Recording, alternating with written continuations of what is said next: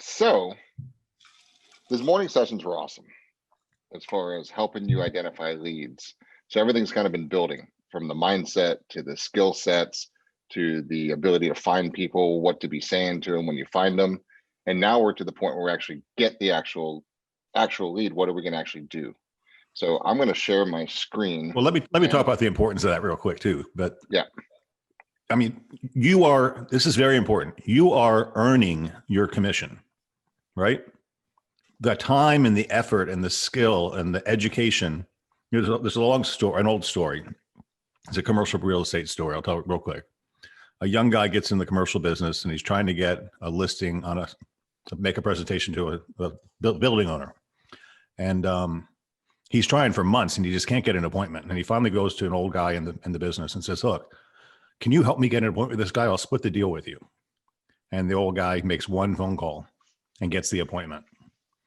And the kid says, that's not fair. All you do is make one phone call. He said, son, took me 30 years to get the experience and the context to make that one phone call. Give me my commission. Right. So a lot of, a lot of new agents get into the business, and guys, we make a lot of money, thousands and thousands and thousands of dollars to selling a house. And it's not the activity that you do that earns the money. It's the experience and the education and all the trials and tribulations you went through and the experience to get the job done quickly. Right. So I want you to realize that you are getting trained to do this job. You're going to make contacts. You're going to get a lot of rejection. You're going to make presentations and lose some. You're going to make presentations and win some. But all that is added up to this value proposition that we bring. Right. So you've got a lot of effort going into this point. Don't blow it. Once you get the appointment, we want to make sure you get the deal, because there's a lot of work that went in the background. So that's why we have this process for you to follow. And it might seem onerous, but be honest with yourself. You're only going on 1 or 2 or 3 listing appointments a week, right? So spend the extra time. So let's invest in the process. Right. And the goal is to become on autopilot, right? So, if somebody said, hey, here's a listing appointment, go. You say, okay, great. Here's how I run my business. This is my process. And when it stays like that, it becomes very simplified. That where you get in trouble is when you try to reinvent yourself every time. So just promise that you're going to do it this way and you'll have a great business. So here's what we have. So this is the bulletproof listing process. So we're going to walk you through step by step. And we're not going to actually do the listing. That's the next session with me and Chris. This is the actual process to get to the point to get the actual listing. So first, I always want to start with this one. Do you really have a seller? Because there's a difference between a seller and a thinker. And there's these 3 questions.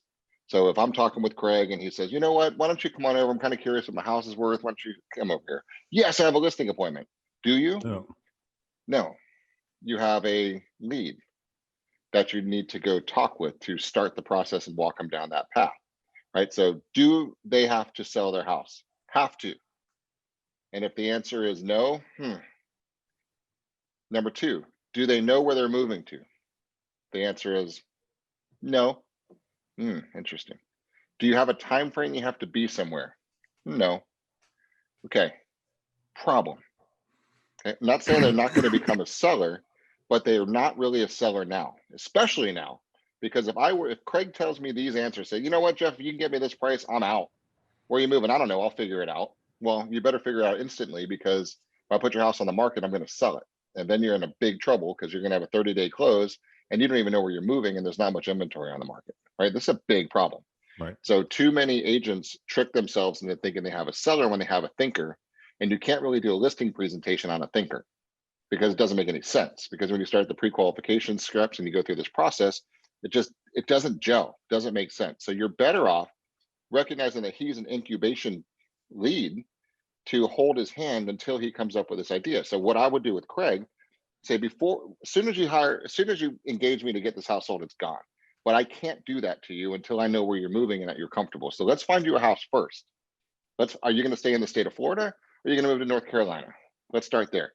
Okay, bigger house, smaller house, condo house, waterfront golf course, where you want to be, right? And then once he gets excited about moving somewhere, now I'll get him gone, right? Now I have 2 transactions instead of 1, and I'm not wasting my time trying to do a spa and figuring out what the pricing and all the stuff it's just not timely. It's not right yet. Right. Jeff, let me just add some clarity to this. So we're preparing you for the perfect seller. A lot of times you'll go on presentations with thinkers. right? Mm-hmm. As a lot of people really don't know where they're going to move yet. So we're not saying turn them down. There's definitely an incubate process here. So, but we're designing the system is designed around a motivated seller that has to sell. Right. So But don't trick yourself into thinking that this is an appointment for this week is my point. Right. Right. You're a great lead. I'm going to follow up with you. I'll go over to your house. I'll give you ideas. I'll give you ballpark price ranges, and we'll go have a beer and we'll talk about dreams and fishing and all that stuff. But it's not time to get into my closing funnel. Right. This is not time for me to put my A game on. This is not how I run this. Now you're still a lead. I'm going to incubate until you're actually ready. We'll go over pricing. We'll go over timing. We'll go over all that stuff casually, but you're not ready. That's the point here. So 2 distinctions. Are you a seller? Are you thinking about becoming a seller? Both are great. We're not going to trash any of them, but with you, we talked about 1 appointment a week. This scenario with Craig thinking, hell yeah, I'd sell. You give me $1.2 million for my house, I'm out. Okay. Well, let's talk about where you're going to be out to versus, hey, I got a job transfer. I've got to be in there January 1, and this is the way it is. I got to go. That's a whole different scenario. So if you're prospecting to try to find a listing, you want to find a real seller, not a thinker, and stop tricking yourself. You guys this is where we're going down this path here. So incubate, love them, give them time still, but don't trick yourself into thinking you had a listing appointment this week. Hey, one more bit of advice on that too. A seller that is selling their house and needs to buy another one, it's really important that you get them pre-qualified for their next sale. All right, we've had it happen too many times when we sell somebody's house and they found something bad on their credit report and they can't purchase again. Yep. So, and the agent feels horrible when that happens. So we don't want that to happen to you. So just as you're counseling them, see all the work that goes into this process. Mm-hmm. As you're counseling them, remember these little things. The other thing, if you paid attention to Chris and Thomas's presentation earlier today, one of the conversations here is, Craig, do you really need to sell this house? I mean, because I don't know what is your mortgage payment right now? How much is it a month? Okay. Do you know we could rent this thing out and more than cover your payment? If you don't need the cash, why don't you keep this as an investment property? Let's figure that out first, right? That's counseling, right? That's advising. And he may know that, but he hadn't maybe thought about that one because, Craig, it's not going to really hurt your debt to income ratio because it's actually going to be a positive cash flow if we have a lease and it's rented out before you buy your next house. So do you want to explore that? Why don't you talk to my mortgage guy? Let's figure out what's the best scenario for you. This is incubation time. This is conversations until he says, you know what? I got a lot of trapped equity here. I'm going to take it down. I'm going to buy that lot on the corner with the better view. And this is what I'm going to go do. I'm going to build myself a house. Great. Okay. Let's go forward. Now you're a seller. Let's get moving. Okay. So foundation work. So if we're working together, if you say, I got a listing, great. Do they have to sell? Do they know where they're moving? Do they have a time frame? You don't have a seller. You have a thinker. Follow up until they're ready. Go find another one. Right. And the pressure's off. Now you're not presenting. You're just helping them dream. Yeah. You're chatting. You're hanging out. So the steps to a listing is once they answer yes to those 3 questions, now it's game time. Right? Now it's time to actually go present. Now it's time to actually go sell. So here's the process. Prospect until you find an appointment. Then we're going to pre-qualify. I'm going to break these down. We're going to go slide by slide on these ones. So I'm just going to go quickly through the steps to walk you through it. Pre-qualify them. We're going to preview the house. Wait to see what we're going to do in the previews, guys. A lot of this stuff, some of this is new for even our agents today too. Complete the spa. Go do the listing and pricing presentation. Write the listing agreement, turn in the paperwork, and then celebrate, right? So that's the step. So I'm going to dissect these with you. So it's the 6 Ps, right? Make notes, write this down. It's practice, prospect, pre-qualify, prepare, present, and process. That's it. It's the 6 Ps. So we're going to go P by P. Practice. Okay. Notice this starts with practice. This does not start with a listing presentation. This does not start with doing a spa. This starts with you practicing to make sure that you know how to speak with a seller. You know how to do the pre-qualifications. You know how to make your phone calls. This is are you mirroring and matching? Do you have upswings versus downswings? Are you repeating and approving when you're in a conversation with a client? Are you recording yourself? Are you getting feedback from how you sound on a recording? Constant and never-ending improvement. That's the old Kanai philosophy. If you're not recording yourself practicing, how are you getting any better, guys? And the only way to get an easier business is to have it be more efficient and effective, which means you're becoming more effective of a communicator. And how are you going to become more effective of a communicator if you don't have a baseline for how you communicate now? Okay. So as you're doing your prospecting, practice it and just role play it. Get a recorder, get a voice recorder, use your phone, do something, and then send it to your manager, send it to your coach, send it to a colleague, grab an accountability partner in the office and say, hey, Listen to my tapes. I'll listen to your tapes, critique me. Let's go back and forth. Okay. That's the way, that's step one of the listing process, because you got to sound decent. You got to sound good. This is the largest financial transaction in most people's lives, guys. Let's treat it that way, right? And show up as a professional. Make sure your upswings are gone. Make sure your downswings. Make sure you're building rapport. Make sure you're building the trust. Are they D's? Are they I's? Are they S's? Are they C's? Are they visual, auditory, kinesthetic? That's the entire first day yesterday of Next Level U, is getting that foundation in. So now when it's showtime, you're able to actually really show up with your A game. So there's no question whether you're the professional they should hire. Okay, so that's P number one on that. How much time, let me ask you, Craig, how much time do you think should be spent on P1? Probably 30 minutes a day. In your schedule, blocked out, say, all right, I'm going to be working on absentee owners. Let's go. Hey, how you doing? My name is Jeff Beggins. I'm from Toronto, and I know you live in Chicago, and I was kind of curious what's going on with your property down here in the Hacienda Drive. Whatever it is that you're going to say over and over and over and over and over. Practice before you prospect. Practice, practice, practice. So now when you're actually making the phone calls, it's sounding normal. So now you know the words are out of the way, and you can say, I'm going to pay attention. It's the lady from Kentucky. Let me do it a little slower. Got it? That's the P1's 30 minutes a day. No offense to anybody in Kentucky. Nope, because there's fast talkers in Kentucky too. Prospected, second P. Find one appointment a week. Okay, we already talked about that. That's your plan. One appointment a week. Keep working until you get one good appointment a week. That's the second P in the process. Well, let's talk about how much time in our schedule, Jeff. Remember yesterday we kind of broached the concept of you are your boss. Yep. And if employees have paychecks coming, they're told what to do and when to do it. Mm-hmm. So you are your boss and you are earning a paycheck to yourself. So we're building a schedule. So we're going to practice for 30 minutes a day. We're going to prospect. How much time should we spend a day prospecting for this 8-hour day job? You and I talked about 3-2-1 the other day. Mm-hmm. Now let's talk about that for a second, because this is something from the original, the Mike Ferry days, right? That's 3-2-1 is 3 hours a day looking for new business. If you need business right now, what else do you have to do, right? Block out 3 hours a day and talk to people, right? Have real estate conversations, 3 hours a day.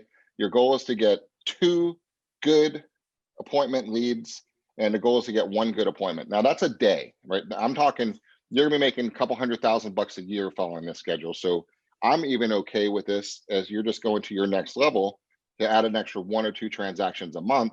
Do 3-2-1 a week, right? If you honestly set aside 3 solid hours a week to get 2 good appointments set, so you go on 1 appointment, that's success, right?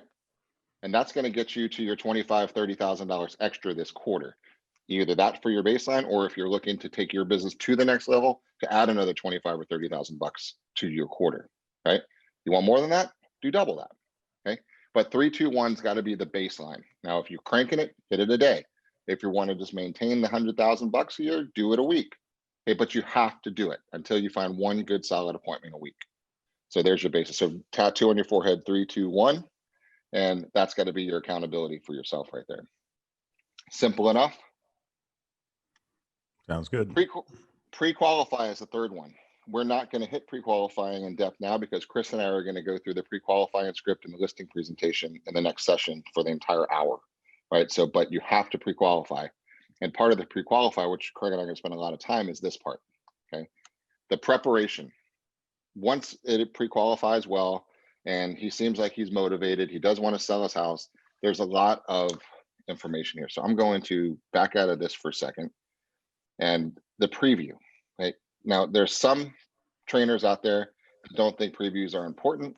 I think that I would love to have a debate with any of them to explain why I believe previews are important and they're essential to getting a property done. I'm going to show you why. We're going to show you why. We have a document as far as what to actually ask them on a preview. What do you actually say? And then we have a really cool leave behind document for what I'm going to do when I come back tomorrow for the actual presentation. Right, and then we're going to get into the strategic pricing analysis with Craig and Kat. Are going to do an entirely different session later on today on how to price. But we're going to dig very hard into this preview, this preparation time period on this one. So let's go through this. And this is actually Susie's on it right now, actually loading this into .loop for us. So this is a question. So here's the stage. I met Craig. He's actually thinking about actually selling his house. I pre-qualified him. He does have a time period. He is a real seller, and we're getting along well. I'm mirroring matching him. We're having a good relationship. I said, okay, let me come over and see your house. What time's better, 2:30 or 3 o'clock? Which one's better for you? And he says 3 o'clock. I said, great. So I show up, still doing my thing, and I ask Craig these questions. Let's go. We're going to go through them all. So Craig, in your words, how would you describe this home? Now, pause before you answer this one for a second. Here's the importance of this one. Remember all day yesterday. What is he about to tell me? Whether I'm a visual, auditory, or kinesthetic. Yep. And I should know that from all my prospecting, but I'm going to do this now. Also, he's going to tell me what he loves about his home. Now, people are like themselves. So if I want to continue my rapport building and my connections here, do I want to appreciate the same things he appreciates about his house? Or do I want to just blow him off and treat him as irrelevant? Okay. When I write my MLS descriptions, do you think he's going to appreciate me highlighting the things that are important to him? Right. Or just making things up that may or may not be important to him. Right. So these are the things just to strengthen our relationship. So Craig, in your words, how would you describe your home for me? Oh, it's a lushly landscaped waterfront pool home, recently updated. Little trick question there. Okay. Good deal. Yeah, keep going. Right. So luxury landscaping, waterfront pool home, recently landscaping, recently renovated. It's got a badass kitchen. Badass kitchen. Excellent. 4 bedrooms and an office and a 6-car garage. 4 beds, office, and a 6-car garage. Fantastic. Okay. Now, why did you select this home? What sold you on it? Like, why did your other homes, you built yours, but let's say it's a home or resale. Let's say yours is a resale. When I walked into the home, the view straight out from the staircase out to the canal was spectacular. Okay. So when you first walked in, notice repeating and approving, guys. This is what we're talking about in practice here. So when you first walked in, the view outside that staircase was what was really what did it for you. Okay. So that was it. That was pretty much, that's what sold you. Yeah. And the proximity to the bay. And the proximity to the bay. Okay, cool. That's probably what the next buyer is going to feel as well too. Thanks for sharing that with me. What did you enjoy most about living here? The neighborhood is really safe. I didn't have to worry about the kids. Guarded 24 hours a day. Very secure. Street lights. Neighborhood's very safe. Gate secure. Never have to worry about the kids. Gated 24-hour street lights. Perfect. What do you think the biggest drawback is right now? It's 20 years old and the windows and roof are nearing the end of their useful life. Okay. 20 years old, windows and roof nearing the end of their useful life. Okay. Got it, guys. You see what I'm doing? I'm repeating back everything he's saying because psychologically he's like, he's got this. Okay. First of all, those of you who've been doing business for a long time, how many agents are doing this? There's your answer. Okay. What do you think the best feature of the property is, Craig? Probably the kitchen. Probably the kitchen. But the pool and the dock are pretty awesome too. Kitchen, pool, dock are pretty awesome too. I agree with that. What's the most recent upgrade? You said recent renovations. What's the most recent upgrade you've done? It's going to be painted next week and it's got new railings coming. Painted next week and you've got new railings. Wow. So the most recent is next week in the future. I love it. So you're really doing it. Okay. What's the approximate age of the roof now, Craig? It's the original 20 years. Original 20 years. Okay. How old are your guys? This is important on this part because I have these problems a lot with agents. We read an MLS description and it says new AC. What does new mean to you? What does new mean to the buyer? What does new mean to the seller? What does AC mean to the seller? Right. Is it air handler? Is it a compressor? Right. I had some seller talk about the furnace in a Mirror Bay home. We don't have furnaces, but this guy must be from up north. But the problem in that particular sale was that the MLS description said new ACs. Well, there were new ACs 5 years ago. So the buyer relied on that. Now the buyer doesn't trust the seller and thinks the seller's lying or thinks the agent's lying or puffery, making it sound better than it is. So these are very important questions. And I want you to just remember these little nuances. Age of the appliances. 5 years. Appliances. The 5 years old. So you did this relatively recently. Okay, great. What do you think needs to be done to the home to make it perfect, Greg? Really just windows and doors and a new roof. Windows, doors, and a new roof. Okay. And the Guys, water heaters, original. And the original water heaters going on. So what are we having him do to himself right now? I was just going to say that. I'm going, shit, my house is not perfect. But I'm not saying it, right? I'm getting you to knock yourself down a couple notches because every seller thinks their house is the Taj Mahal, right? And it's worth more than every other house in the neighborhood. So this is kind of walking them down a realistic path because it's transparent. It is what it is. The buyers are going to figure all this stuff out. And then some agents are afraid to ask these questions, guys. And this is so not true. These are critical in the process of what the steps we're going through. Critical, these things. This makes everything work. Mm-hmm. What do you think the approximate value of the house is now, Greg? Probably 925. About 925. Okay. What's the ideal closing date for you? Everything worked out perfectly. When do you want to close, and would you like to be out of this house? In the next 60 days. About 60 days. Okay, so that's mid-February. Yep, that'd be fine. Okay.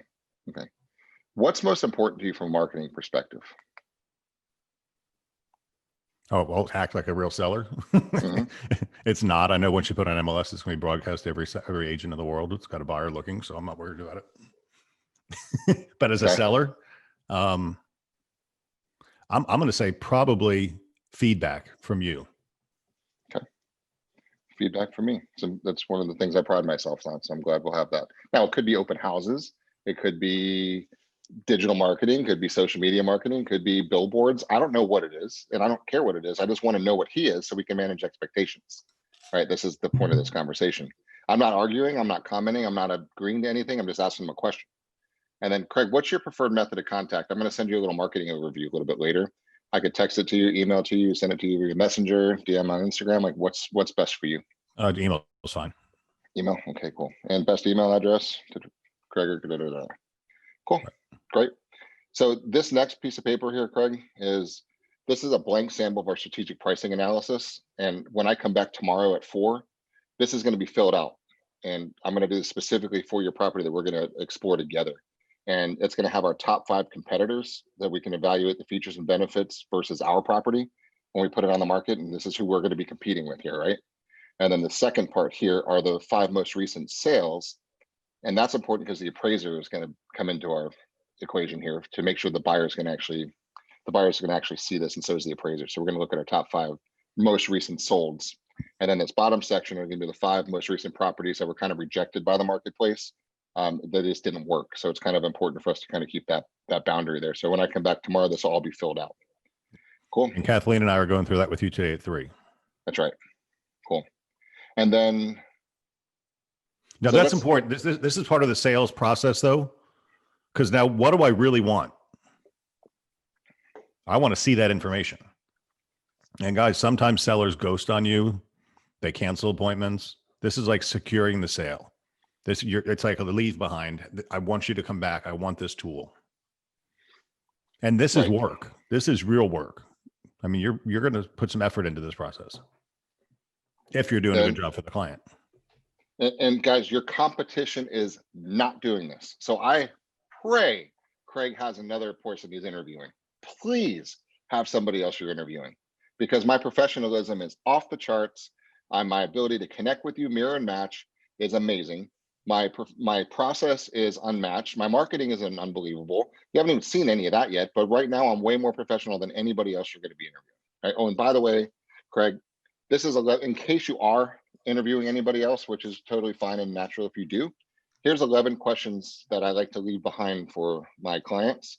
So in the event you do talk to another agent, make sure you ask them these 11 questions. Okay. And let me add to that. One of our agents last week got a listing in my neighborhood, and it was a Zillow lead. And she went up against a badass Keller Williams team leader. Right. And I was so proud of her. She's like 2 years in the business. And this guy's been around for a long, long time. She went through this process and she told me all about it. And guess what? He didn't do any of this. And she the seller already told our agent that they were going with the other guy. She got in, went through the process. She called her back, our agent back, and said, I've decided I want you to represent me. Right? That's how real this is. This is perfect. So we're gonna go through these 11 questions, and then we're gonna go over the answers to these 11 questions, right? Because there's a lot of content inside of each of these 11. So it says right here, I'm handing this to him. In the event you speak with another agent before we meet again, here are a few interview questions to ask them. How many homes does your office/team sell a day? Do you have a staff and a team? How will you specifically determine the price for my property? Please explain how you legally represent me, single agency or transaction brokerage, and can you please explain the difference to me? Number 5, what happens if you receive multiple offers? How do you handle this? Number 6, what happens if you get multiple offers and you also have a buyer? Who do you represent and how? Number 7, how do you pre-qualify buyers from other agents when they bring you a buyer? Number 8, what is your theory on escrow deposits? How much do you get and when? Number 8, how long do you think is suitable to give a buyer for a financial or loan approval period? Number 10, do you have an in-house attorney if needed? And number 11, other than the MLS and the syndicated feeds that come from the MLS, what specifically do you do to attract buyers for my home? Okay. Okay, wait. Boom. Yeah, go ahead and answer those questions now. Most of you probably are saying, I don't know what I'd say, or if I did say something, I'd sound stupid. All right. To the rescue. Yep. So here's your cheat sheet, which goes right along with it. And guys, hand them the cheat sheet. It's fine. It's a pre-sale for you and for us. So the first thing, how many homes does your team or office sell? 10 to 30 homes a day, right? And I say, look at the hot sheet in your inbox. Remember, the seller is hiring us, C21 Beggins, to sell the property, right? So we are selling 10, 30 homes a day. And so are you, because you're part of us. Do you have a staff and a team? Yeah, I've got administrative staff. I have inputting teams. I have a marketing team. I have transaction coordinators. I have accounting department. I got my coaching staff and my relocation team. Of course I do, right? And that's you day 1 in the business. So that's you day 26 years in the business. That's your team. How do you specifically determine the price for my property? And this just kind of smacks everybody else. It says other agents will push a button on the MLS called Cloud CMA, and it spits out a 30-page report. I personally review properties that match our criteria and look closely at the top 5 competitors, the 5 most recent solds, and the 5 most recent properties that were rejected by the market. Number 4, please explain how you legally represent me. Single agency or transaction broker. Can you explain the difference to me? Yeah, transaction broker provides limited representation, limited confidentiality. When a customer accepts the broker's role as a transaction broker, they give up the right to the broker's undivided loyalty. Broker may not represent one party to the detriment of another. Single agency establishes a fiduciary relationship which legally allows the seller as a principal to place trust and confidence in the broker as his or her agent. Fiduciary duties owed to the seller include confidentiality, obedience, loyalty, and full disclosure. Confidentiality means all information the agent learns cannot be revealed even after the relationship ends. Okay, guys, this is only, we'll talk more about this in a second. Obedience, agent must obey all legal instructions of the seller. Loyalty, the agent is required to act in the best interest of the seller and may not place the interest of anybody else above those of the seller. The agent must attempt to obtain the highest possible price, right? Full disclosure. Agent is required to report any facts or event or rumor that may affect the seller's discussions, okay?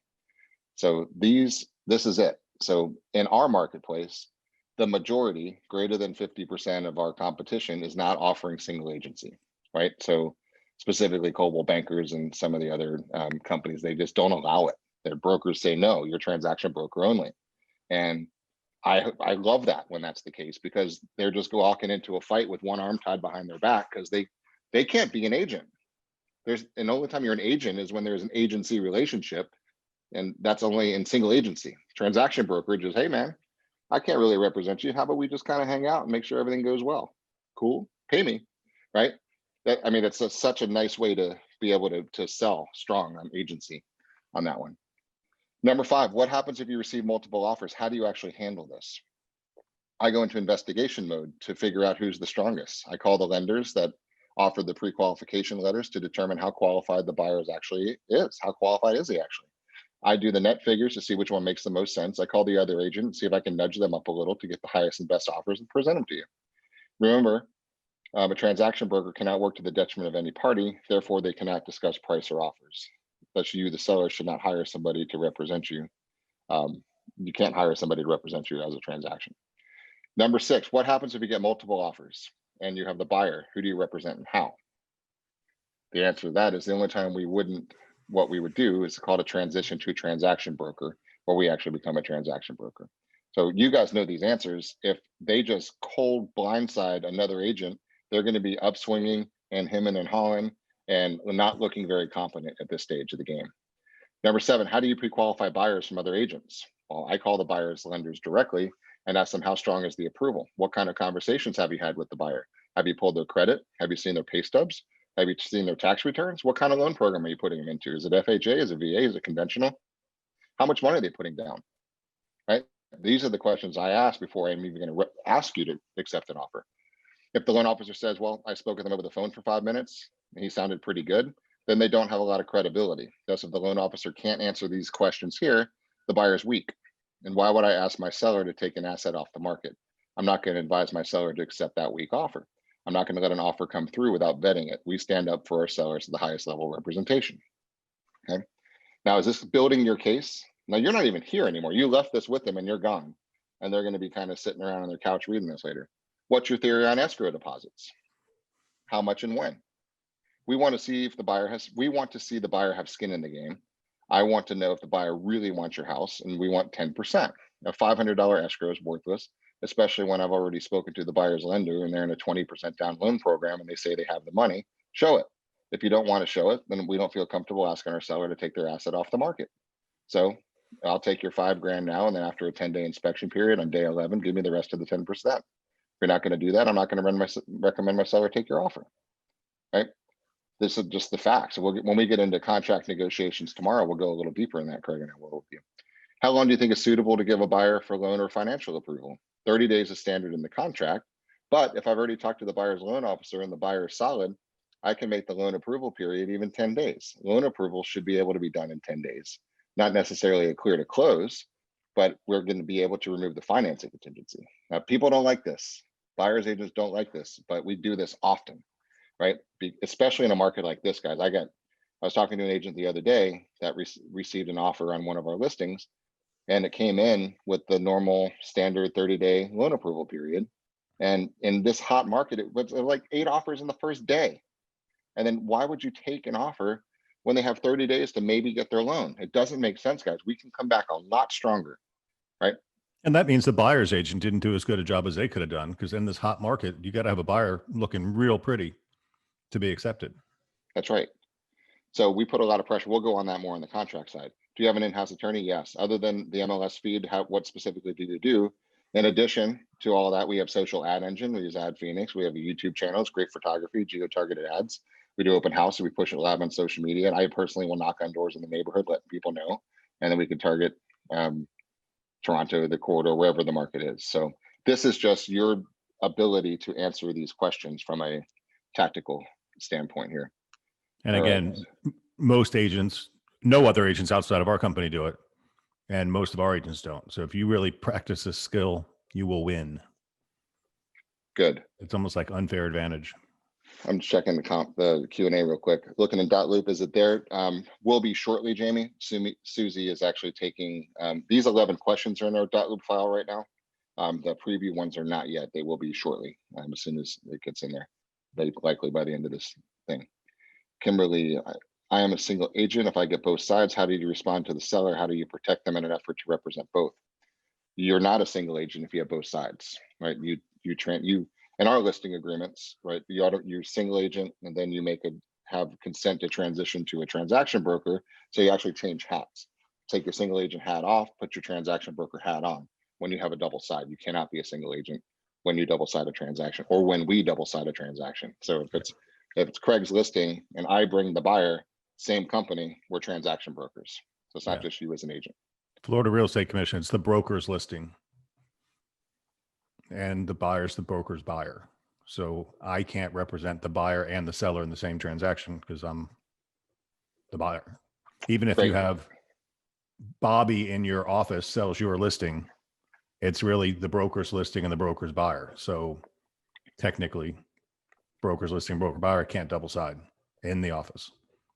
And I think the question clarifying is, how do you actually sell that to the seller? You know, well, we use a couple of different words, right? Protect and referee. Right? As a single agent, I'm here to actually protect you in the event. There's a couple of words. Fortunately, working with a company of our size, there's a good chance we're going to double side this. And when that does happen, the other agent is very skilled like me on the other side. So we actually change hats into a transaction broker, and we work together to make sure this deal comes together. We actually work for the transaction to make sure it works. That's how we actually saw that. So we're the referee to make sure all sides are playing fairly. So you got to be careful not to completely smash single agency and say, or just trash transaction broker and say single agency is the best, because many times you will have to transition back. But to not have the ability to be a single agent doesn't make any sense, to not at least have that. So at least we come out of the gate, and I wish we double-sided all of our transactions. We don't, right? Most of the time we don't. 95% of the time we don't. We only double side 5% of our transactions. Right. But so we're only 400 agents out of 25,000 in the markets we serve. So and the boards. Yeah. So there's that. All right. So any other questions on this one? Because this is a good topic. And if this just becomes part of your process, guys, it's going to be amazing how that's going to actually work for you. All right.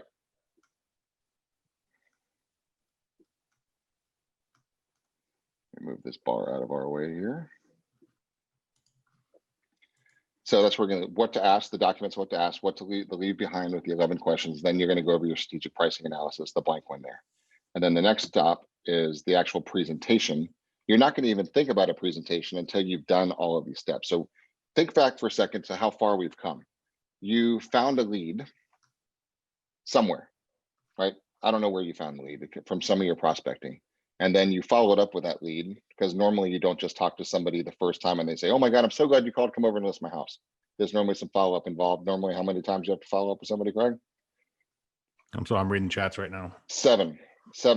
That's the answer. 7 follow-ups in order to get an appointment. So just get into your mind, you get a lead now, you're probably going to have to follow up with them 7 different times before you actually get into their living room, right? So 7 different times I've had to mirror and match, to talk with you, to think about you, to build rapport, to find some connection points, to understand, are you a DNI and SRC, visual, auditory, kinesthetic, relate with you. Then I follow up with you next week. Then I follow up with you next week, follow up with you next week, follow up with you next week, follow up with you next week. And finally you said, you know what? I decided we're going to move to South Carolina and I'm ready. Come on over.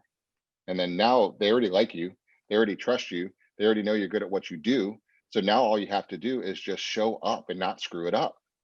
And that's why this process is so important. Say, great, let me show you how I run a business. The first thing I'm going to do is come over and take a look at your house. Then while you're at the house, you're going to say, here's a couple questions I need to ask you. Here's 11 questions I want you to think about and ask any other agents you talk to. And then I'll see you tomorrow at 4. Right, guys, you're not going to not get this listing. It's over. You're looking so much better than everybody else is on that one there. Jeff, Kimberly had a question that I think we should just dive into one more. It says, when I have both sides in transition, how do I secure the seller? I'm protecting them while representing the buyer also. We got to get these words out. Yes. You're not representing the buyer. You're not representing the seller. First of all, our listing agreement creates the agency relationship. It says we're a single agent with consent to transition to transaction broker. So we've already been given the permission to switch. When we meet a buyer in Florida, first contact, you're presumed to be a transaction broker. So you're only going to represent a buyer if you have them sign a single agency representation form, right? And if you have them sign a single agency representation form, then you can't show any of our listings because we're already representing our seller. So if you're going to take a buyer on as a single agent, have them sign a single agent form and then sign the consent to transition so you can show them our listings. And you're just going to change, the role goes from protector to referee. And that's really the easiest way to say it. But once again, it only happens like in our company 5% of the time. Right. But remember, it's not you, and I'm not being facetious here. It's not you, it's the brokerage. Century 21 has the agency relationship with the seller. Century 21 has the agency relationship with the buyer if we sign them up. It's not you, it's the brokerage. So anybody, and the Indian Rocks Beach office comes to the Apollo Beach market, it's still the Beggins Enterprises, the broker.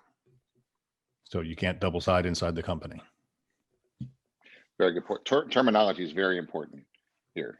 And so you just have to know how to do that. And also those who are watching outside of the state of Florida, this is Florida law we're talking about.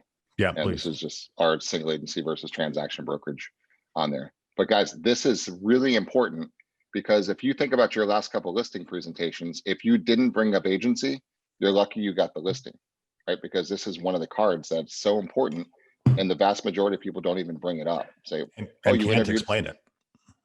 right? So I love it if you go on a presentation and, oh, so you did interview somebody else? Great. How do they represent you? What do they kind of talk about? Are they single agents or transaction brokerage? Right? You're going to get a blank look on from their face. And what are you talking about? Oh, I'm not surprised. That must mean they're transaction broker. Let me share with you the difference. Here's one of the things.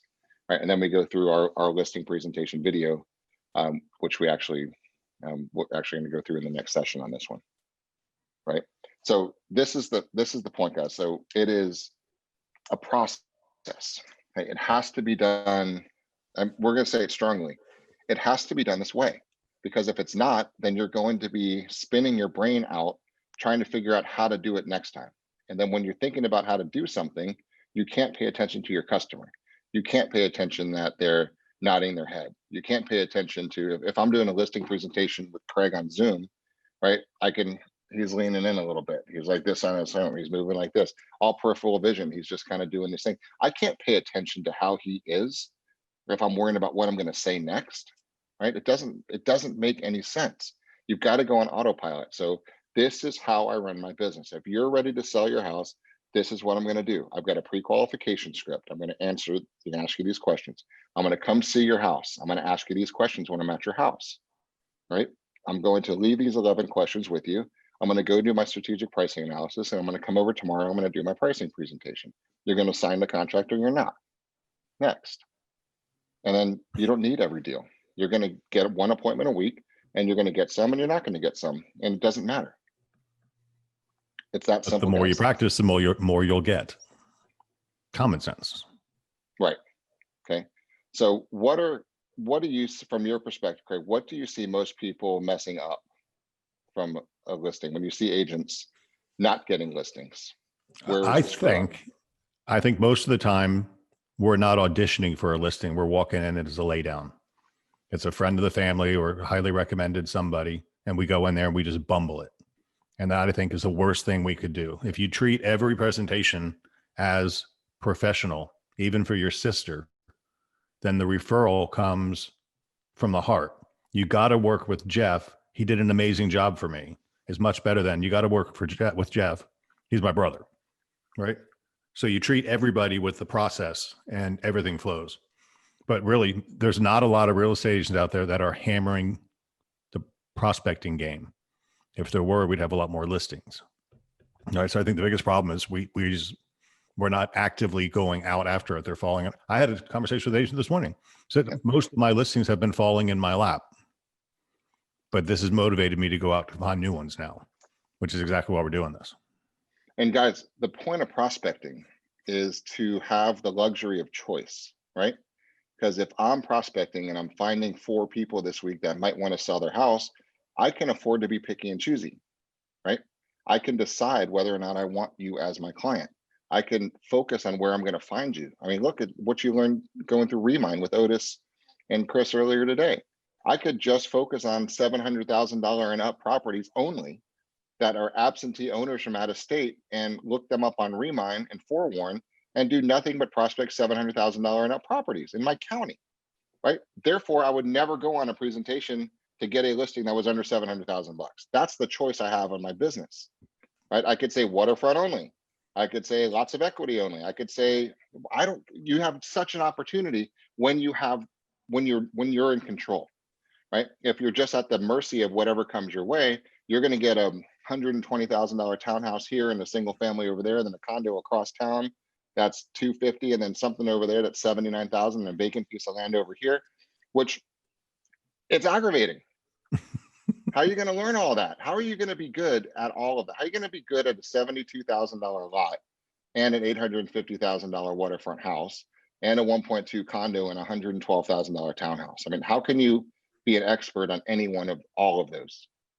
You can't. Now, if you just got so dialed in on your niche and said, I'm going to work in the Champions Gate neighborhood only, and you said, that's my stake in the ground, that's all I'm going to be good at, and I'm going to know everybody that lives in this specific neighborhood. I'm going to take 400 of them, and that's my world. That's it.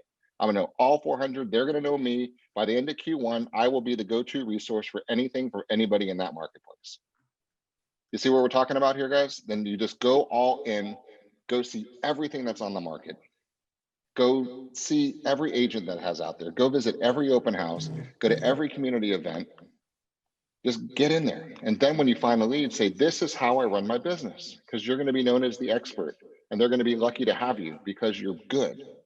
They like you, you're good at what you do, and they know that you care about it.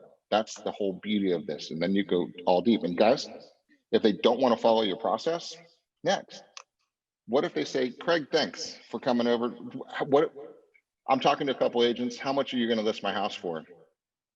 Why don't you come over to, what's your price? So-and-so from Remax told me they listed for 3.5% and they can get me 280. How much is your commission and what are you going to get? How much are you going to list my home for? Hey, that example I gave you earlier, it was Carolina. That other agent told her over the phone that he could probably get about 600 for her house. Never saw it. Had no idea the condition of it is. Guess what we listed it for? 540. She bought it in February for 470. And at full commission. And a full commission. Right. This isn't, let's talk about that for a second too, because we had another agent, not like last week, who said, hey, you know, I got this listing and the seller really wants me to take it at 4%. Can we do that? And let's talk about this for a second, because I think this is a really important thing to stand your ground. Yes, and to bring your value, right? No matter where you are. So our particular business model is we charge 3% on the listing and marketing side, and the prevailing rate on the marketing and the buyer side, which is typically 3%. Okay. If everybody's at 2.5 in the building, yeah, you could do it. But why? If you don't have to, right? Why wouldn't you pay 3 and beat everybody else out? The commission is a motivating factor in the sale, not a detriment. That's right. So this example, this is important because could we take it? Probably. Do we take them? No. And here's why, because it's not in your best interest to do so. But Remax said they take it at 4%. Well, let me tell you why that makes me nervous, right? Because if we do that, let's say we did. If we do that, this is what is going to happen on the other side. Let's pretend you're an agent and you go into the MLS and you look for houses in this neighborhood and you look and there's 3%, 3%, 2.5, 2.5, 3%, 2.5, 2.5, 3, 2, right? Naturally, we just pissed off everybody in the real estate community. And is that how you want to start the process off? I mean, they're going to do everything in their power to make sure we're the very last house they show. Is that really what you want to do? Why don't you pay 3.5% and attract all the people to push your house more than anybody else's? Now we're talking. So it's a $300,000 listing. What's half a point? $1,500. You're going to risk pissing off the entire brokerage community over $1,500. You guys know you feel shitty when somebody only pays you 2 or 2.5%. And then you want to do it on the other side? No. Our standards are better than that. Plus, I want you to remember, just like I said earlier in the show, you earn this. Look at, you're sitting through hours and hours of training and you're learning processes to follow and you're learning skills to demonstrate your proficiency, right? And the experience that you're bringing to the transaction is worth 3%. And if you don't feel that, then practice more until you do feel it, right? Because that's a strong agent. Doesn't go. Danya Perry's #1 Century 20 agent in the world, right? I don't know, Jeff, does she cut her commission? I shouldn't ask that question, huh? Yeah, we don't talk about other agents in negative lights on this. Well, I would suspect she doesn't cut her commission. I mean, if I walked around and said, I'm the #1 agent in the world, you want me to cut my commission? No way. Yeah. Pretend you're the #1 agent in the world. So yeah, Karma's talking about 3%, but to listen to what Craig just said though, $1,500. You need to be talking to your sellers. This is a strategy, right? We're sitting at the table with them, thinking about how we're going to market our property collectively here, right? So let's look at what everybody else is offering in the marketplace. We charge our 3. That's not a negotiable issue, right? The question is, what are we going to charge? What are we going to offer on the buyer side? Right, we're going to be just like everybody else, which is fine. Or why don't we be a little bit better than everybody else and throw an extra half a point out there? Hey, some of our top agents are charging 6.5 or 7. Yeah, they are. Just for that reason. If I was to sell my house, I'd have a selling higher than, I'd probably put a 4 or 5% selling commission on my house because I want all the agents clamoring over it. So it's going to cost me what, $16,000 more? I bet I get 25,000 more for my house, right? Leanne said, how can she get these forms? She's not connected to our .loop. Leanne, just email the person who invited you the link here. It'd be Mike Puma, and he can send you those. Yeah. Okay. Jeff, Let's my talk brother, I love you. There's one more P in this process that we skipped. process. Ah, That's the next one. yeah. Let's talk about it. We always laugh because Jeff doesn't like the paperwork parts of stuff. But once you get your listing agreement signed, you got to process the paperwork. Now, ideally, you'll see some of this in later sessions, but Loop is an amazing platform, and the way we serve it up to you makes it pretty simple. Yep. So ideally, everything will be done in Loop. It'd be created. The seller's going to get the email. They're going to sign in person on your phone, or they're going to tap on their laptop screen, and then you're going to submit for review, right? And that's really the process for that. But prior proper planning yields positive results. Following this process all the way through, from practice through process, will really it'll take all the stress out of your life, right? So we put the mandatory placeholders in there for you. And when you go through, like, for example, when you're creating your pre-listing package, right? We know we're going to need the tax records. So just download the tax records, turn them into a PDF, and put it in the loop, right? And then when you're ready, they sign it, you just submit for review, and everything goes. Because if you submit for review and you're missing stuff, it's not going to let it go through. You're going to scramble around, and we know what's going to happen. So just learn these processes as we teach them to you and follow them. It'll work wonderfully. And it's we're your team, guys. So the admin staff, when you hit submit for review, goes into a magic world, but really great people receive that, and they check to make sure the I's are dotted, the T's are crossed, all the disclosures are done, everything's filled out properly, so you don't get fined, we don't get sued, and everybody got the best real estate experience we could deliver, right? And that's amazing. We also have the transaction coordinators, right, for $160, right, a variable cost that you pay at closing if and when the deal closes. If it doesn't, you don't, right? That will prepare all these documents for you and submit them for you, so you can actually do what you need to go do, is find more business, right? So many of you are taking advantage of that system and just doing what you do best, which is go get some more deals, right? So then, guys, this is your team. This is what we do as your business partners, is make sure that everything is done the right way. Because what you bring to the team are the people we don't know, your sphere, your tribe, and your energy, right? And your ability to go talk with people that we don't have the time to go talk with. What we bring is all of what we're bringing now, plus all of your back end, plus the empower, educate, the encourage, the ongoing staff, the support, the compliance, and the guidance, and everything along the way as your partners, right? So take advantage of all of this stuff and do it, right? So the P, that's the final P, but that's the most important P, because if you don't get it done right, then what's the whole point? So, and there's also some compliance issues we should probably just address. A listing has to be put into the MLS within 48 hours of being signed, right? So that's just proper to do it that way. And if it's going to take longer than 48 hours, the MLS wants, and it's a big issue right now, the MLS does not want us publicly marketing any listing until it's on the MLS. And it's self-regulating, policed by agents, and there's a big fine involved. So the old days of, get the listing, keep it in your pocket, and just tell people about it, put it on Facebook before it goes live. No. It's against National Association of Realtors rules under the Clear Cooperation Policy. And we haven't actually been busted on it yet, but I know somebody will. But we've had a lot of trainings on that too. So no public marketing of a listing.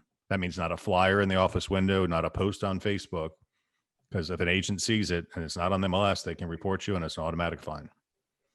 That's right. Consider yourselves warned. That's right. So we had practice, prospect, prepare, right? And inside prepare, we had the preview, we had the 11 questions, and then we had present, and then we had the process. So that is the system. And the problem with the system is you have a system when you drive your car, right? We always talk about that. If you don't sit in your car and put your foot on the brake before you turn your key or push the start button, your car won't start. You can't put it into gear without your foot on the brake, right? You can't change gears without your foot. All these little things that you just had to learn now are on autopilot, but it's a system. And if you miss a step, you don't go anywhere. So the problem with this business is if you miss any of these steps, you're just not going to go anywhere. And the moment you just automate this one and systematize it, just every single time, this is how you run your business, you're going to do great. and you're never going to miss a beat, and people are going to appreciate your professionalism. So this is how we simplify, guys. This is the simple, bulletproof listing process that will absolutely work. And so that's our point. Get one appointment a week that you can walk through this process, and you're golden. That's what we were covering there today, and we're right on time on that. We've got a couple minutes Q&A. Any Martin other said, questions? what about coming on market? Nope. No public market. This is a Florida rule. No, this is National Association of Realtors rule. So whatever state you're in, no public marketing of a listing unless it's on the MLS. That's being challenged by the Department of Justice right now. They filed a lawsuit against NAR for restraint of trade. So we'll see how that holds up. But right now, there's a clear cooperation policy in effect for the National Association of Realtors, of which we're all a member, if we're a member of the board. So cool. All right. Any other questions coming in? All right. So guys, I'm going to tell you, stay engaged, because Jeff and Chris are going to blow your mind with the listing presentation. It's an 8-minute presentation when the steps are followed. The days of, you've heard people talk about the 2 or 3 hour listing presentation. No, guys, when you follow this process, it's an 8-minute presentation. You can sit around and shoot the shit with them later if you want, but it's an 8-minute presentation, and it has to be done the way it's done, the way we teach it, or, sorry, I'm deleting messages. You can't do it. You can't follow the system. If you don't do the preview or the pre-qual, you can't do the presentation. So one step leads to another, just like starting the car. That's right. Cool. All right, we have a 3-minute break, and then Chris is going to jump in, and we're going to go into the listing presentation right away there. So, and then you'll see Kathleen and I at 3 as we go through the strategic pricing. Right. Very good. And then Cool. We've got a Mr. Jim Beggins sneaking into the background there. Hey, Dad. Hey, Dad. Cool. I will say I got to my earpods there. All right. All right, guys. Thanks.